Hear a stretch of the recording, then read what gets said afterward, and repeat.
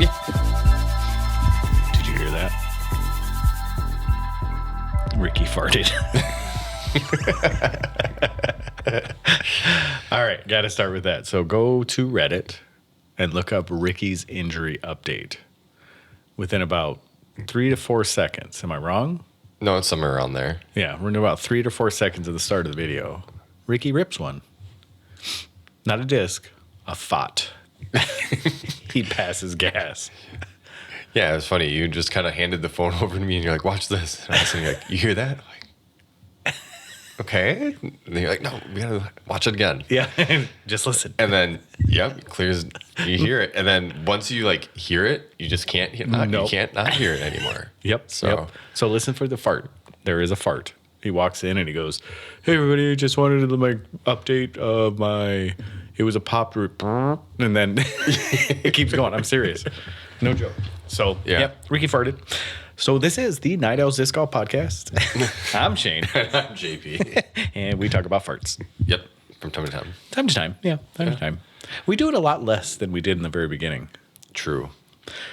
It's been over 2 years. It has been. Is it appropriate to be nostalgic now? Nostalgic? Yeah, that's fine. Yeah, it's perfectly long fine. enough, right? Yeah. Okay. Which is funny. I find my like 13-year-old going back like when I was a kid, and you're like, dude, you're still a kid. Yeah. Right. What are you being nostalgic for? Like how far back was she thinking? Yeah. Well, I don't remember. I think it was we were talking about like braids, and we used to do like she was like, yeah, back when I was a kid and I had a side part. Okay. And I'm like, you're still a kid. A side part. Yeah, a side part. It's like back when I was a kid when I had hair. Yeah. We'll talk about that sore subject. So, but yeah, so go check out Ricky's farted video or his injury video. Injury video. We should rename it. Ricky farted. Ricky farted. So Surprised nobody brings that up. I know. Did anybody bring it up in the comments? I was too bored like watching it because they started to go on like these quacks of he always talks about his holistic medicine, Sure. And then they went on that, and I was just like, oh, this isn't fun anymore. But he said he had separated rib. Yes. Yeah, and they went to a chiropractor and they popped it back in. Okay. So I have never experienced that myself, but one of my best friends in the world had that on our mountain biking trip. He went over the handlebars. Yeah. Separated 2 of his ribs. And he was able to get it adjusted back. And I'm like, wow, that's amazing. He's like, yeah, I've had it happen before. And he's like, So I experienced something like that weightlifting. really? Yeah, I was doing leg press, like the incline, like you just do the legs. Yep. And my legs went back too far. Like I was squatting real low and didn't think anything of it. And I got up and I could feel something in my back. I was like, well, what the heck? I thought I like pulled a muscle. I was like, that's really weird because like I was trying to get real deep.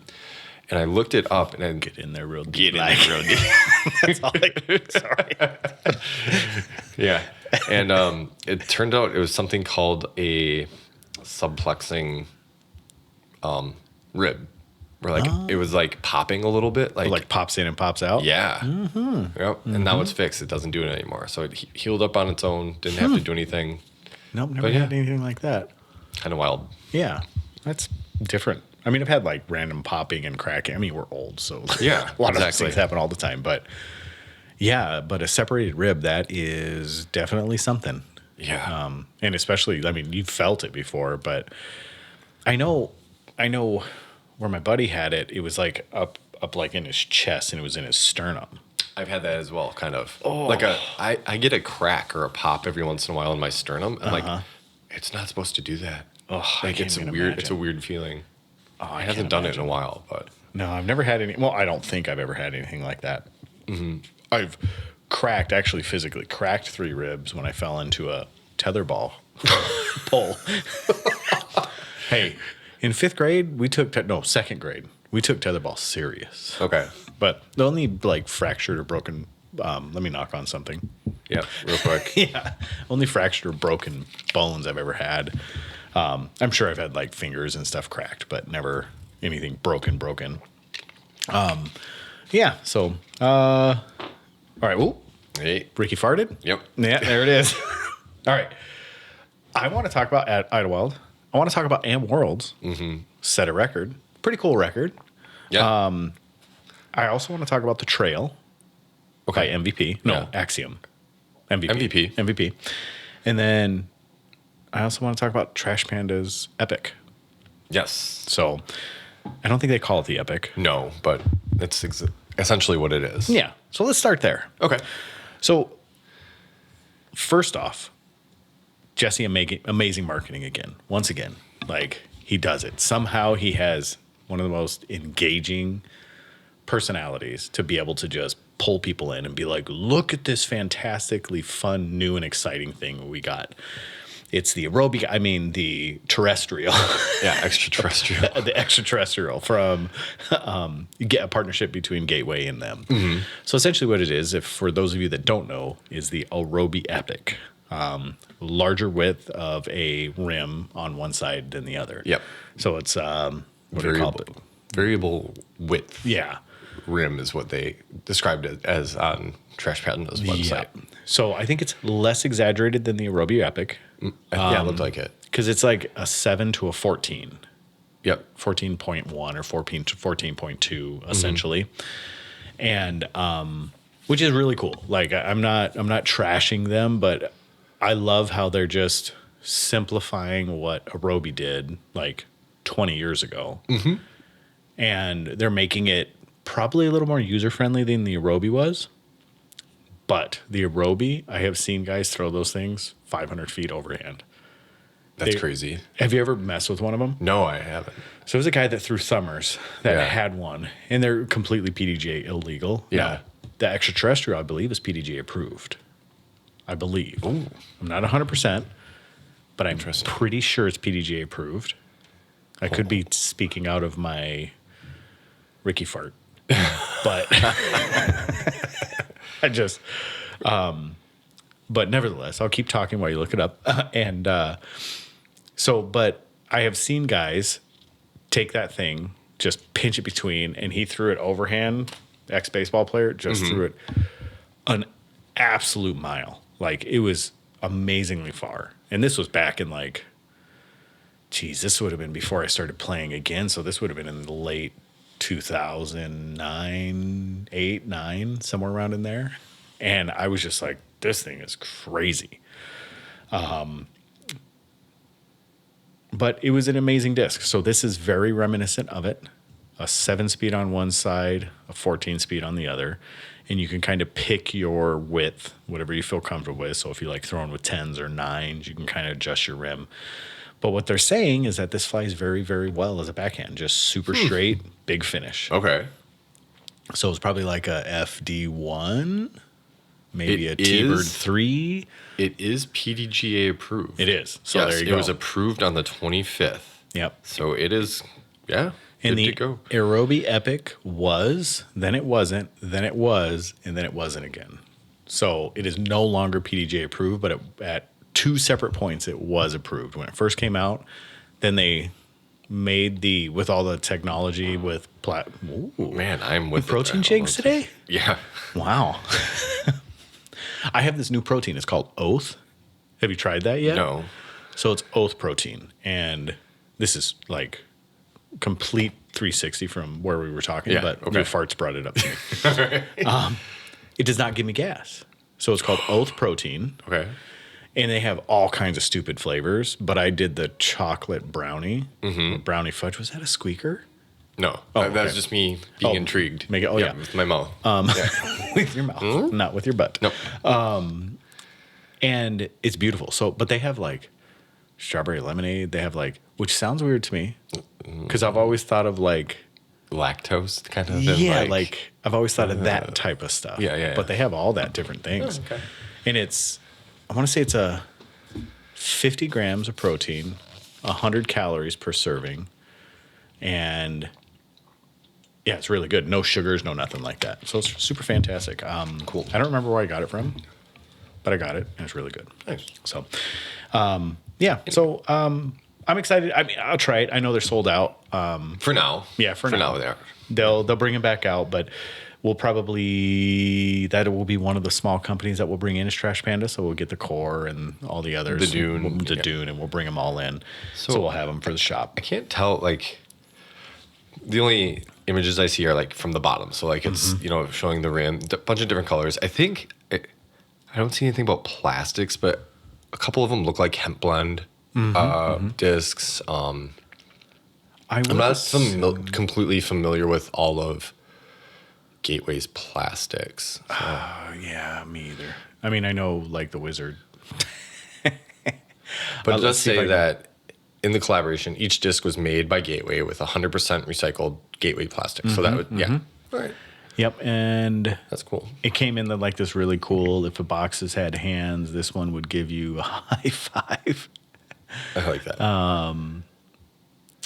And they just have a little like, I don't know what that is on top, but you can see the embossing on the top. So it's kind of like they do with the Dune and all that, where they do the embossing on the bottom, but this is on the top of it. Yeah, right. Kind of neat, kind of basket-esque silhouette with the Gateway ring around it. Yeah. That's kind of what it looks like to me. So it looks like a combination of what they're doing. But yeah, 100% recycled plastic, Trash Panda and Gateway collaboration, all made in the United States. So once I get my hands on one, I would love to try it, and I'm sure we will. So good for them. Like I said, Jesse does such a great job of like lemons out of lemonade, or lemonade out of lemons. And, he takes a Roby Epic, which was one of the most like, I don't know. I think it was a meme disc. Yeah. He had a video, I think we talked about it on another episode, where he was showing all the weird discs that he got. And the Epic was one of them. I'm wondering if like he was like really like enthralled with it, that he was like, ooh, let's try this. Yeah, and I wonder if he went to the PDGA and say, what will make this legal? And then they said, this rim can't be any thicker than this. Maybe. And I bet you that's what he did. That very well could be. I would assume so. And then who knows with a Roby, like, who knows? Gateway probably just bought the molds from a Roby, or... Sure. Well, why would they do that? Because it's not the same disc. Right. I don't know. That's interesting. Yeah. You know who would probably throw it a ton if you would? Jake Wolf. Did you know who that? Yes. That man, God. Like, it just, every time I see him throw, it just makes me cringe, because, like, my shoulders are nowhere close to being good enough to throw like that. Right. Good for him. The amount of... Because he throws like 5-something overhand, right? He's got at least 450. Yeah, I would guess so. Yeah. So wild. Yeah. Just wild. So, yeah, good for Jesse. Good for Trash Panda. I love what they're doing. I love their story. I love, I remember watching his very first videos, pumping that thing on his thing in the garage and, like, going through that. I remember him collect trash, like, taking bottles and grinding them up. And, like, so good for him. Like, from there to where they're at now. Oh, yeah. That's impressive. Wonderful. Wonderful. I don't know if they have money backers somewhere or partners, but either way, they're doing some really great stuff. I would guess that there is some kind of partnership with somebody now with the molding and all that. And I don't know. I'm still curious. Like, it was teased a while ago, and I didn't see anything, but I think they're working on glow plastic. Oh, really? I could have sworn there's a post a long time ago about them going like midnight. So they were going like dark, as far as like social media and things, because they said they were working on stuff. Yeah. And I got an email, and I just kind of made me think like something, they were like teased something. I was like, well, okay, are they trying to work on glow plastic? And I don't know if that's actually coming or not. So that would be interesting. That would surprise me, because glow plastic usually requires chemicals. Right. Yeah. And that would, unless they've figured out a way to do something where, I don't know. I don't even know how they would do something like that, but because their whole thing is the environment, and then making sure that they're being sustainable for the future, whatever their tagline is. I can't remember it now, but yeah, good for them. I'm super excited for them. Like, anyway, to see a disc golf company come from nothing to now the way it is now, and he's done it wholesome. He hasn't forced anything. He's done it step by step, and he's documented the entire thing. I think that's really awesome. So, I got the Trail, the new MVP disc. Oh yeah, I thought about buying one. Yeah, I got two of them. I got the special edition and the first run. I love that disc. Oh really? Yes, it is a really good disc.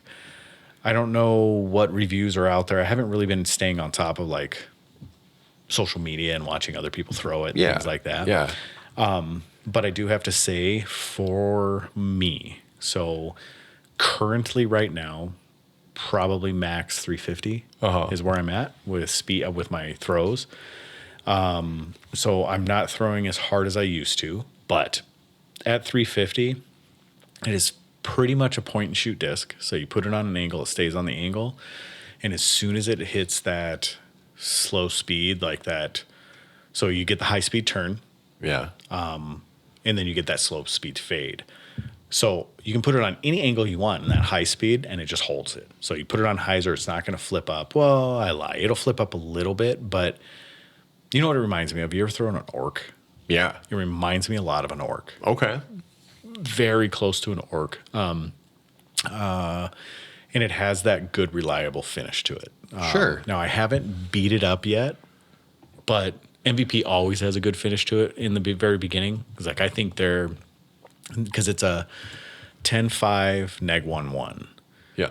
I think the fade is closer to a 2 or a 3 at like a 2. And I know when you beat them up, that fade like disappears a little bit, but MVP, Axiom, like any of the gyro stuff, has a lot more finish than it says it does normally.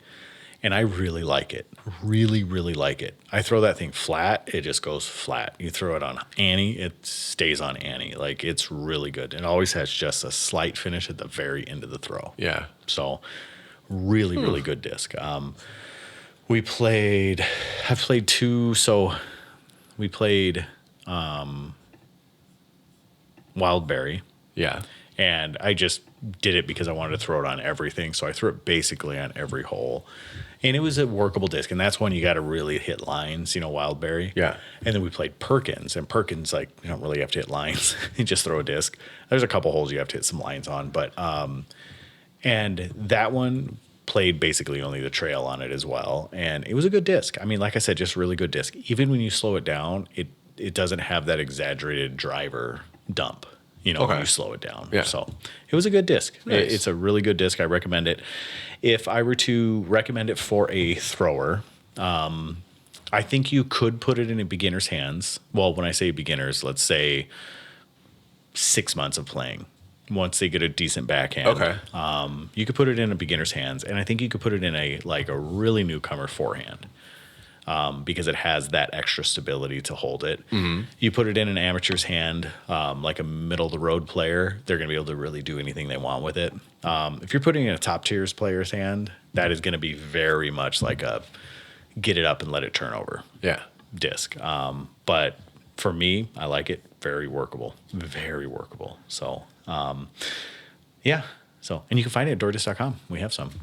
So I looked, there wasn't too many left, I don't think. There wasn't. No. I went and bought some, and I think this week we went through, I bought one of each. We went through quite a few this week. Nice. So it's getting pretty nice. So all of our sales are starting to pick up again, and then our online sales are slowly starting to come back. So doordisc.com. We should do like a, what do they call it? Collab link.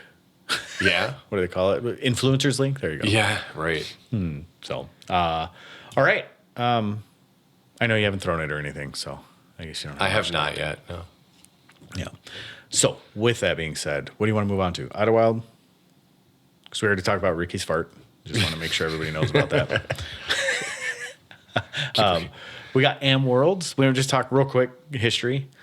So, FA1 in Am Worlds, the largest female field ever. Yeah. I think I kind of talked about it last week a little bit. Or did we? Or no, I think I you're just talking about the whole thing. It was like 500 and some. Maybe that's what, yeah. In MA1. It was something like that. Yeah, something like that. I thought that's what But actually competed. Impressive. It was 114 females that competed in FA1. Dang. That's incredible. That's a lot. That is great. Yeah. And that's good because that is the next tier Right. to pro. I mean, It is. Essentially, FA1 are pros that don't get paid. You know, an MA1 and FA1, that's kind of where they could be, the top tiers of those guys and girls. So good for them. And I love seeing that. That just means the sport is hitting a wider berth of individuals. Because if FA1 was 114 and MA1 was like 500 and something in Am Worlds, like those are huge. Yeah. Like that's huge. So that is awesome. That's nothing but good signs for the sport. So That's pretty cool. Like you think about it, there's that many. Well, you have to accumulate points to go, Right. You have to, and then get an invitation. Yep. So I mean, that's hitting a good amount of tournaments, playing league, like Yeah. That's putting in time in PDGA sanctioned events. yeah. And that's the only way you get into these. Now, I want to say it's the top 40% that get invited. Is that correct? I don't remember when my invites were, and they were so long ago now. I don't remember. I don't know. It's somewhere around there. I think it's the top 40% Okay. of the division, and you got to have a certain, like, based on your PDGA points from competing. So another little popper. Yep. All right. So good for you. Wait, That's how. Well, wait. Oh no, I was trying to think. Did Juliana play in? Juliana Schick did play. Oh, she finished 47th. It says. Yeah. So she didn't qualify. That's not bad. 114 though. Yeah. I mean, that's Right. not bad at That's all. not So bad. good job, Juliana. Good job. And for those of you that don't know Juliana, she owns Tri Fox Disc Golf down in southern Wisconsin. I don't know exactly the city it is. I don't remember exactly where it is either. Okay. We'll give her a little shout. TriFoxDiscGolf.com or something like It's that. around Silver Fox. Yeah, it's around Silver Fox, Gray Fox, and, Yeah. and Red Fox. So Yep. hence the Tri Foxes.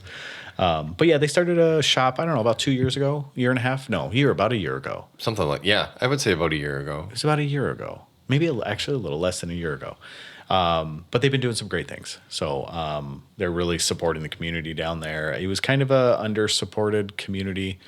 I think Terry Miller was doing what he could down there, but Terry Miller is all over the place. He's traveling everywhere. So they kind of stepped in and filled a void. Yeah. I mean, it seems like they're doing a good Camp good job. Lake, Wisconsin. Camp Lake, there you go. So check them out if you're ever down playing Red, Gray, or Silver Fox, Camp Lake, Wisconsin, and hit up Tri-Fox. All right. All right, well, let's go to Idlewild. I'll let you spearhead this one.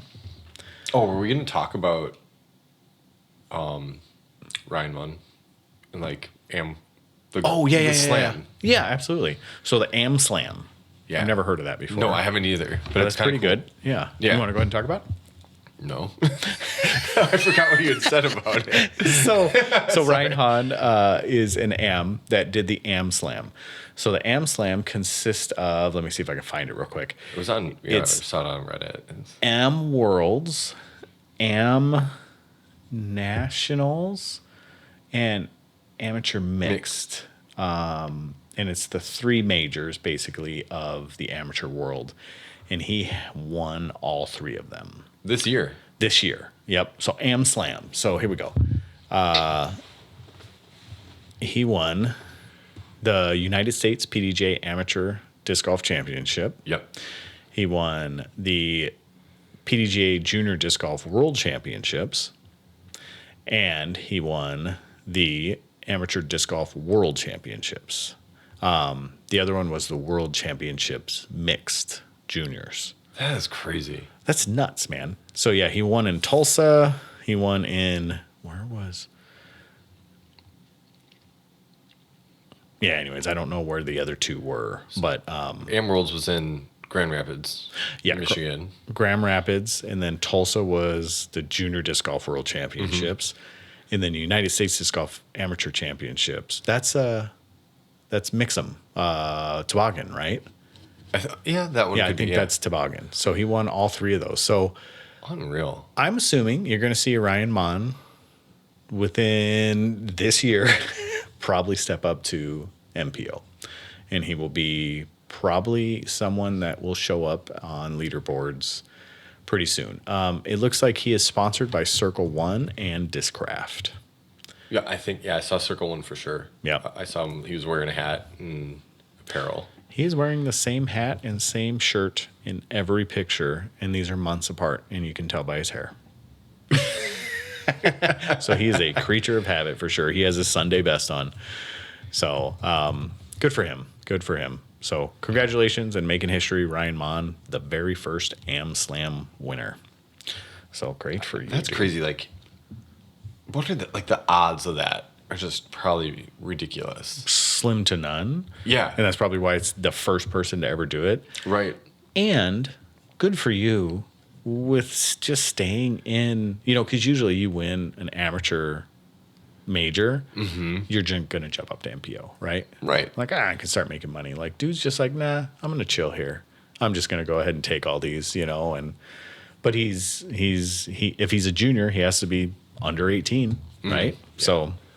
So he's 16, 17, I bet, somewhere around in there. I mean, and his brother Jake is playing on tour. Yeah, like, how cool is that? Yeah. Yeah. I'm assuming we'll see him on the pro tour. I mean, you do see AMs kind of jump into the pro tour here and there and try to, certain stops and try to make a name for themselves. Yeah, MA1 US champ, MJ18 world champ, and MA1 world champ. Jeez. He's 17. And he started playing. He's a Rona golfer. He's a Corona golfer. Wild. Yeah. So good for him. Good for you, Ryan Mon. All right. Idlewild now? Okay. You get to talk about this one. Sure. I don't want to. In MPO, the winner was Joseph Anderson, Mr. Joey Buckets. Oh, Joey Buckets, really? Yes. That was MPO? Yeah. Wow. Beat out Ezra Robinson, Calvin Heimberg, who was leading the tournament at one point, Emerson Keith, Isaac Robinson, Andrew Marweed, Double G, Joel Freeman, Gannon, Luke Humphreys, and that rounds out the top 10. Leading after the first round was Ben Calloway, shot 10 down, which is pretty good at Idlewild. I was going to say, that is... And then next day, Isaac Robinson shot a 13 down. Calvin and Luke Humphreys both shot 11 down to make pretty big leaps. Luke Humphreys leaped 39 places. Oh my day 2 goodness. to get into the top 10. Calvin moved up 2 spots, and then round 3, Joey was in second place, and then just beat out Calvin. Calvin didn't play bad, but he didn't play great. He shot 7 down the final round and ended up just falling behind. And yeah, that's great. Someone got an ace. I forgot who it was. I saw it on Instagram. Shoot, it was pretty awesome, but I forgot who it was. I'm trying to look. I saw it too. Blonde guy. Yes. Right? Yeah. I don't remember his name. Well, yeah. But good for him. Yeah. Idlewild. So that was the one. You and Ben went and played it. Yes. Okay. I was just making sure. Yes. That is a very challenging course. Fair, but challenging. Okay. We played I believe it was the FPO layout. Okay. Because I guess they have some extended holes. But we played it with the guy from Nomadic, Kelly. Oh, yeah. Okay. And what a great guy, by the way. I should probably text him and just say, hey, see how he's doing. Because I know he's going into content creation, but I know that kind of stopped too. Oh, did it? I wonder what he's up to. It's too bad because he was such a great personality. Real nice guy. Yeah. Real nice guy. Yeah. He was friends with Caddy Disc Golf. Yeah, with Ryan. Yeah. And that's too bad to see Ryan too. I miss his content. Like I really liked his content. Yeah. But yeah, with Idlewild, it was a fun course. It was a really fun course. Plenty of land there. Some of the prairie holes are, I would say, Like leave a little bit to be desired, but at least in the prairie, there's a little bit of undulation, like ups and downs a bit. Yeah. But it was a really nice hole. I mean, really nice course. Like I really enjoyed it. I had a lot of fun when I was there. It's kind of one of those ones like when you play a course once, I don't know if you really get the feel for it because you're just kind of poking and hoping because you don't really know where everything is. And that was a course that was long enough that you don't get a chance to really like scope out baskets beforehand. But some of those are kind of holes like the island hopping hole, not the island hopping, but kind of an island hopping where the lake or the creek kind of winds through it and stuff. Right. Like that's a harder hole than you think it is. Amazingly hard hole. Like, but awesome holes though. I mean, I really enjoyed that course. So, yeah. So how'd FPO go? All right. FPO. Owen Scoggins takes it down and beats Natalie Ryan, followed by Sarah Holcomb, Morgan Linz, Alexis Mandahano, Holland Hanley, Madison Walker, Raven Klein, Kat Murch, Kona, and Allie Smith.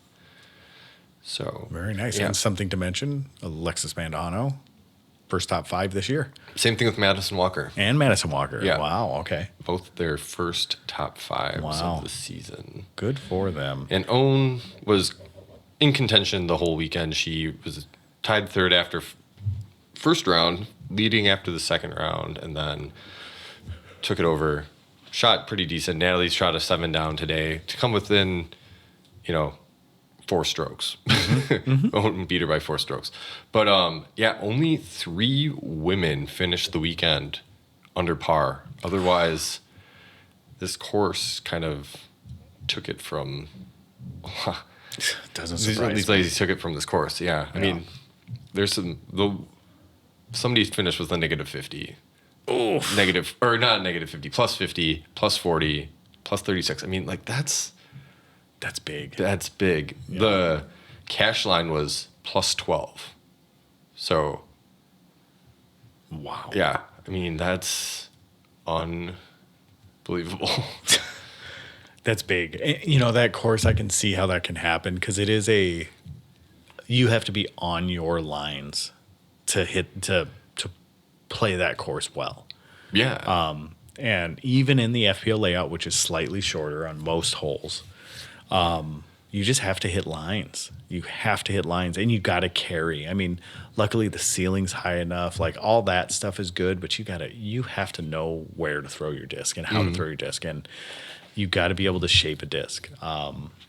It is kind of an older school, in my humble opinion. I feel like it's a little bit more traditional of a course because it's not just throw really hard, putt. Yeah, right. This is very much like, let's put this up on a hyzer. We need to get it to stand up and then finish, or we need to get to put it on hyzer, get it to stand up and roll over, or, like put this on a forehand. Like, so they're really shaping and contouring discs.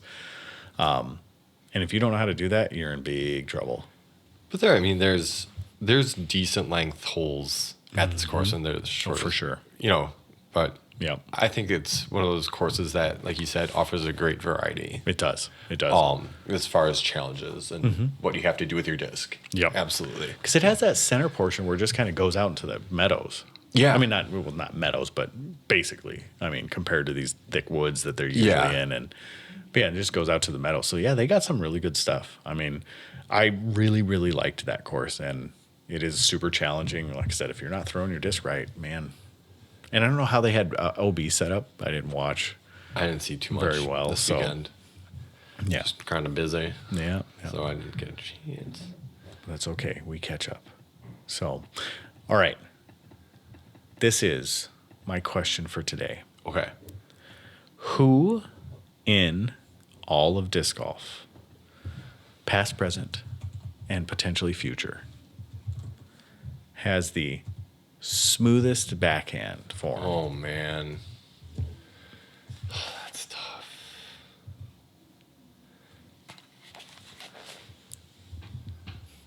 I know there's some people out there who would say possibly Drew Gibson. Okay. You think he's smoothest? I I don't know if it's the smoothest, but I think it's decent. Bradley Williams comes to mind. Bradley Williams, yeah. Kale. Yeah, Dr. Smooth. Dr. Smooth. You don't get that name by not having. Exactly. Yeah. Yeah. I think those two, for me, I think, have pretty clean and smooth backhand form. I agree. So Kale, you and I agree on Kale. I think Kale has one of the smoothest throwing forms in general. I just don't. I watch Kale's run up a little bit, and that gets me. Yeah. The way he, but the release and everything is by far one of the best. Yeah, it's kind of once he hits that impact point where he's in like the power pocket and everything. I mean, from that point, it's so smooth. I don't know. But I think you're right. He does have a little bit of a not awkward. I don't know if it's different. A little bit. It's a little bit different. Because I remember him testing out, what was it, the new PA3 or whatever it was that they were releasing. And he did like a couple, like it was one of the last videos he ever put out of throwing a disc, like trying for Prodigy. But I remember him throwing it like, man, it's smooth. Like it's just super smooth. So the two that you did not mention, which is surprising to me, is Simon Lizotte and Paul Macbeth. Okay. I feel like Simon has, I don't know, I think he has a really buttery, smooth throw backhand. I would say that. And Paul definitely, I guess that makes a lot of sense. I watching him lately, I'm like, yeah, you kind of forget just how great it is. Yeah. Well, I remember you put a Nova in his hand and have him throw a standstill backhand. Dude was putting it on a dime every single time. Like, you would see him pull out a Nova when he was with Innova, and you were just like, yeah, it's going to be in the basket. Sure. Like, it was just kind of how it was. Like, if he was within 250 feet and he had a Nova in his hand, he was making it. Like, and not making it, but, he was within 10 feet, and his next putt was in, guaranteed. And he was just so smooth. Now, he went through a phase. There was a little bit of a Barkley moment with him when he was trying to change up his form a little bit because of he was hurting. There was something that was hurting. Yes. And I remember he went through some little change. Yeah. Then he added this pump back into his. Right. And now he's currently using that pump now. And I wouldn't say it's as clean or as smooth as it was, Innova Paul. Yeah. Like Innova, maybe first 2 years of Discraft Paul. Simon, however, like he's had the same throwing style forever. He had that little elbow issue for a little while where he changed it just slightly. But he's kind of back to it now. Like, yeah. But even when he changed it, it was still buttery smooth. So, yeah. So if you want to emulate, I think there are 4 people that we mentioned. Was Drew Gibson. Now, that's just straight, like, raw power. Like, but smooth. Yeah. Yeah. And then Paul Macbeth, he's just textbook. Like, go watch him. Simon is one of those, if you try to emulate Simon as a new thrower, man, it's going to be hard. Because, I don't know. Because I don't think he's orthodox. I think he's fairly unorthodox the way he throws. I think all of them that very in that power pocket when they actually engage and hit that, like they're all probably the same for the most part.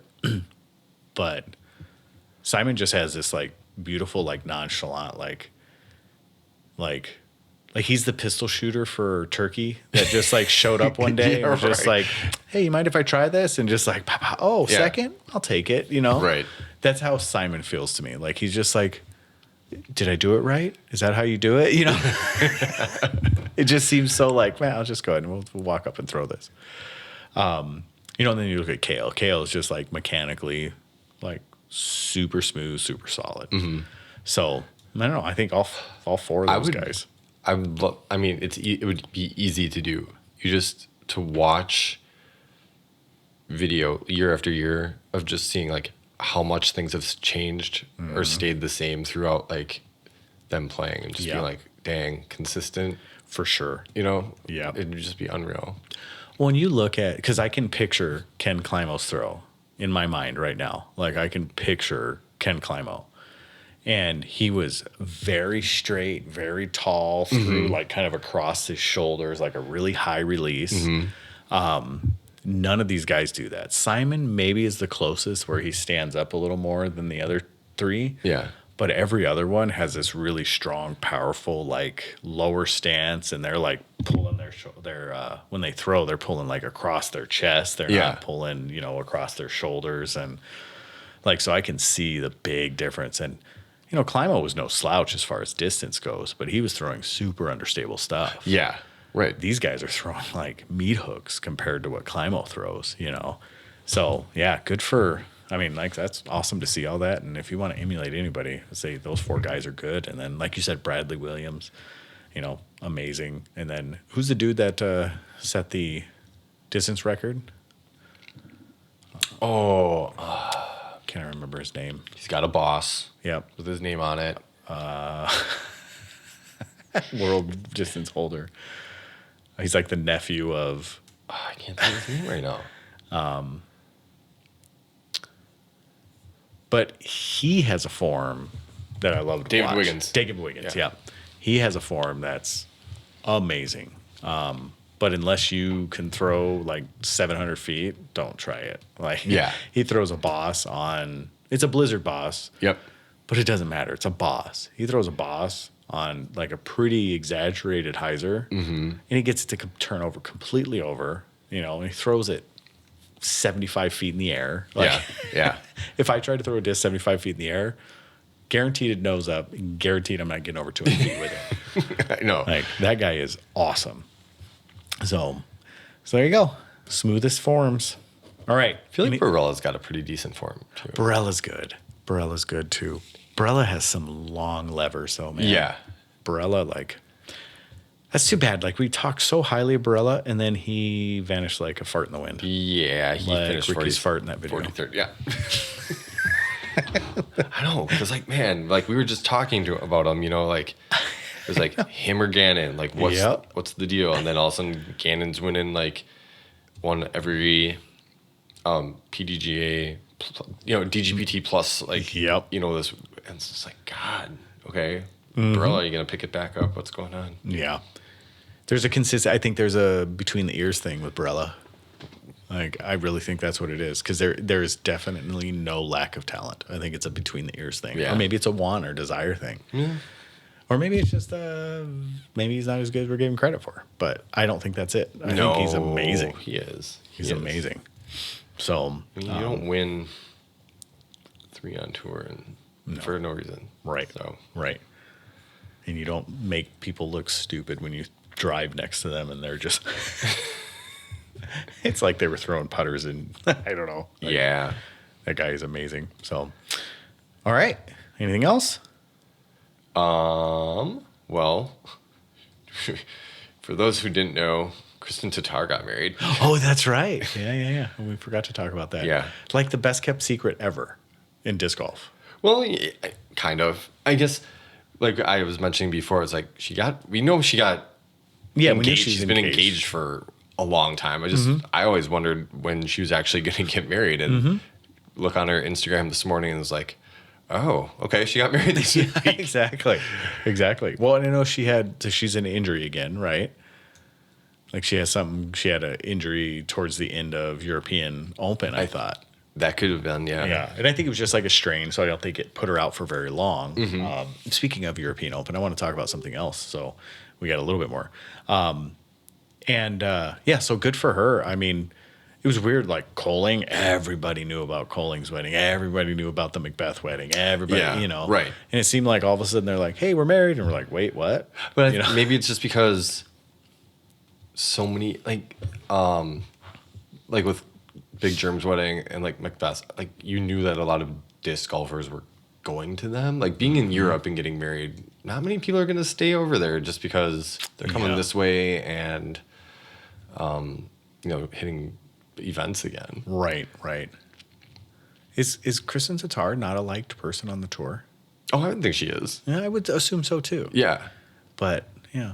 I don't know. Something was funny. Someone's like, how do you botch this as a sponsor and not get Latitude 64 put on in the dress? Exactly. Or Porsche at least. Or Porsche, yeah. As Porsche as your like wedding vehicle. Right. Something like that. Like, I'm sure there's some major sponsors at this wedding of some sort. Like, oh, Yeah. you rode off in some Porsche. I would hope so. So somebody else was asking too, does she keep her name or does she take Silverlat's name? Jeez, because I feel like Tatar is a brand. I Yeah. don't think it's a name. She Right. may legally take that name, but it's just like stage names. Yeah. You know, like, right. like Eminem or Prince Mm-hmm. or the symbol. The symbol, yeah. You know, I feel like she'll probably just continue to use that as her stage name. But that was like Valerie Jenkins, forever and ever and ever, as she's a disc golfer. But when they went into professional world, she finally adopted Valerie Doss. Yeah. And then now as an announcer, she's Valerie Doss, right? And she was married to not Avery's, her brother. She's Nate. married for Nate for quite a while, you know, I mean, long time. So, and then it was just getting out of the disc golf scene as a pro disc golfer. And that's why she dropped Jenkins.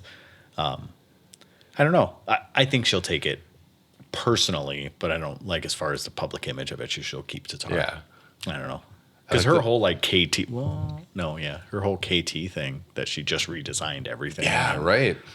And she knew the wedding was coming. So. Yeah. If I was Silver, I'd take her name. Yeah, so Silver Tatar. Silver Tatar. I do like the Kristen Latt, though. Kristen Latt, 64. Yeah, exactly. And going to Discraft because everybody goes to Discraft. She's up this year.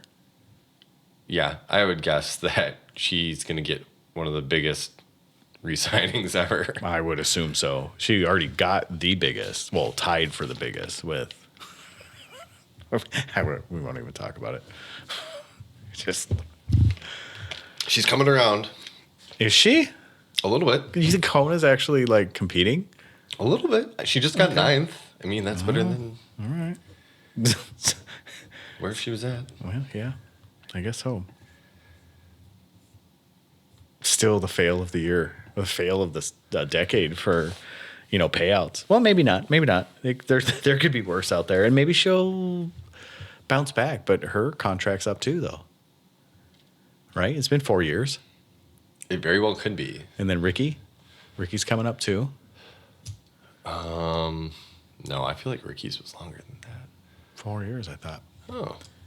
Okay. Yeah, he didn't get the 10-year, but he got 4 years, $1 million. Okay, Or yeah. 4 years, $4 million. So, well, we'll see. I don't think we're gonna. Who knows? I just don't think we're gonna see that many big No. numbers we anymore. won't. And I would be surprised if they re-sign Ricky for the same numbers. Yeah. Ricky's still hoping Bitcoin goes through. Oh, that's right, the Bitcoin signing. I wonder what it was when he signed. Because it's in the 60s, right?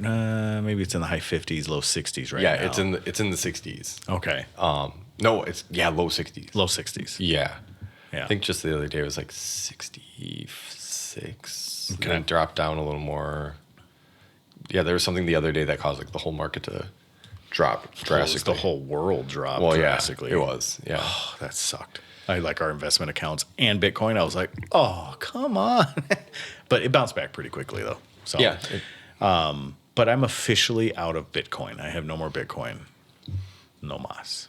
I don't know if I'll ever buy in again, but as of right now, no mas. So, all right. What is your favorite smell and why? Favorite smell? Favorite smell and why? I like the smell of like fresh Rice Krispie treats. Fresh Rice Krispie treats. Yeah. Did like you that just recently warm vanilla? Yeah. Did I recently what? have some?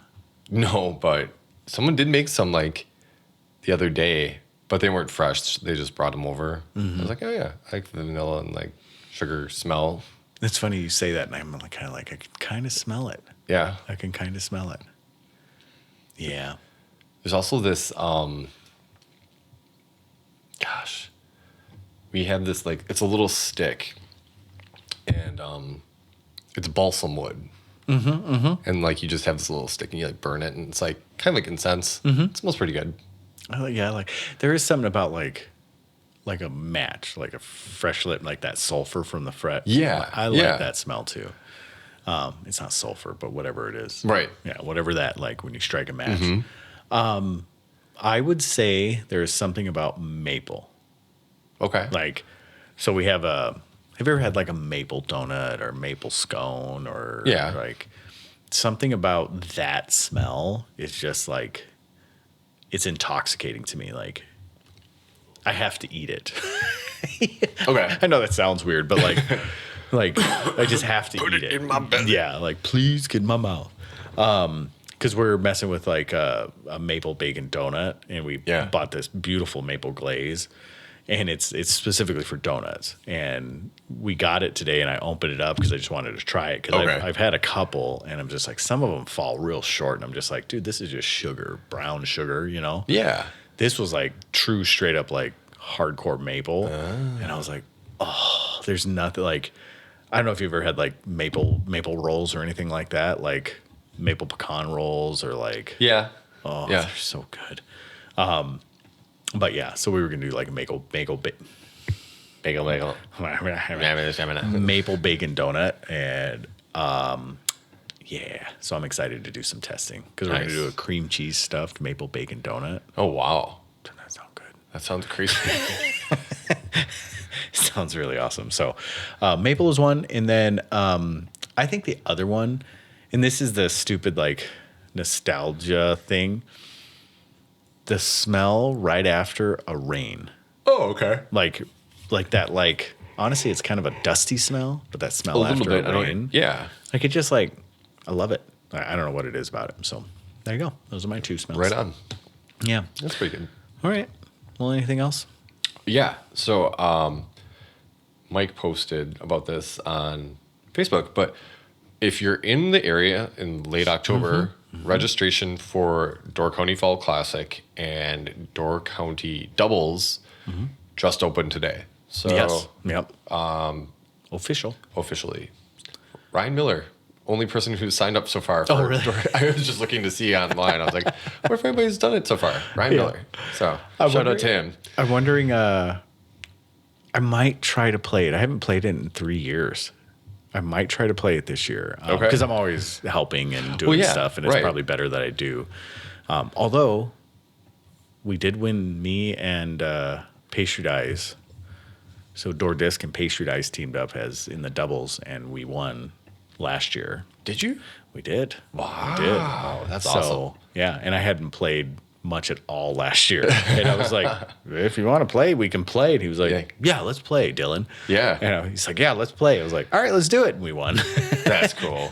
So it was pretty good. Well done. Yeah, yeah. It wasn't even in a playoff. We actually just legitimately won. Yeah, I might try to play. But it is a really fantastic. So we played doubles on Wildberry. And then the singles is played on the Orchards Golf Course, which is a signature golf course at Door County. It is a course that's like, $70 to play around regular golf. Yeah. So it's a really nice golf course. We get the clubhouse. There will be beverages available, and obviously not during PDGA sanctioned time, but before and after, if you so choose and you're not on the PDGA clock. There is that. We will have food there. There will be discs for sale, both from Door Disc Golf and DGX, so Mike's place. So we'll have all of that up and going. And Dylan brings discs. Dylan Cease will bring Cease, right? No. Dylan Cease is someone else. Dylan Cease is a pitcher. Dylan Cease is a pitcher. It's not Dylan Cease. And disc golfer. What's Dylan's last name? I don't remember Dylan's last name. I'm sorry, Dylan. But Dylan from Pastry Dice will have his whole setup there as well. Yeah. And he'll have it at the doubles and the singles sanctioned event. But it's beautiful up here. So, and that is the weekend after Fall Fest. So everything's kind of calm. You can still get hotel rooms. I mean, it's a beautiful time. So it's a whole weekend. And I think about outside of that, You get to ride around in a golf cart. yeah, you do get golf carts for the single day. Yeah. Yeah. So at the orchards, everybody gets a golf cart. So it's like Oprah out there with the golf carts. You get a golf cart. You get a golf cart. You get a golf cart. And you cannot not have a golf cart. So that is the one thing. Yeah. You can't choose to walk. You have to play in a golf cart. There's a lot of elevation. There is a lot of elevation. And there is some space between holes because it is designed for golf carts. Yep. So if there's a hole that we're just trying to squeeze in there just to get to the next hole, that's not in there because of the golf carts. So there might be a little bit of drive between the two of them, but it's nothing huge. No, not too bad. It's nothing huge. So, but fun course. It's up for about a week a year, and that is it. And then, so I'm excited. So thanks for Mike for, putting it all together, and I'll start throwing out baskets that week before. As a matter of fact, the weekend before, I'm gone. Oh, and I don't really? get back. I don't get back till that Saturday. Oh, wow. And then I'll get everything set up Monday, Tuesday, and then by Wednesday, course will be all set up. So, yeah, we're excited about it. 8th. I think this is the 8th annual, maybe 9th, but 8th annual for sure. Dang. It's been going on a long time. Yeah. 2017. So this would be 7th, 6th, 7th. Yeah, because we 7th. missed a year. Yep. We missed 1 year. No, we didn't. Because it was in October. We missed springtime. That's the only. Oh. Yeah. So this is one we've continued on. Okay. But springtime was going on for 2 years prior to Yeah. that. So springtime, I think, is on their 9th, and then this is on its 8th, or 7th and 8th, whatever it is. So, all right. Well, I think make sure you drink Oath protein because you will not have gas like Ricky. And this is not a paid advertisement. But outside of that, keep it subpar, keep it real. And remember, Bird Disc Golf is moving to Green Bay. We do it's at 550 North Military Trail in Green Bay, Wisconsin. And that is my air compressor. Oh, boy. Yeah. You hear the rumble? Oh, yeah. How can you not? I know. Yeah. So we are hopefully and planning ambitiously tentative date for Labor Day weekend to be open full go down there. So we have got our first shipment in from Discraft. Innova will be shipping tomorrow. I just got to call them with a credit card. But their order's ready, packed, good to go. They called me Friday, and I just wasn't able to get them the credit card because they didn't have it with me. And then MVP, they'll ship whenever they ship. Yeah. They're a bit behind. But then we should be doing some more stuff. Monday, Tuesday, we'll be up here doing some stuff, getting ready. Wednesday, we're going to go down there, start painting. And I think outside of that, we got racks. We're ready to go. Nice. So we're hoping it's going to be a push to get it done and ready to go. But we're going to try our best. So as of right now, tentatively, you can pencil this date in. We're going to be open the 31st. The 31st. Yeah, we hope. And we have a tournament that weekend down in Green Bay. Oh. We have the Pinecrest Flex 3. Cool. So, all right. That was a lot towards the end there. Yeah. All right. Yeah. Well, keep it subpar. And deuces in the toilet.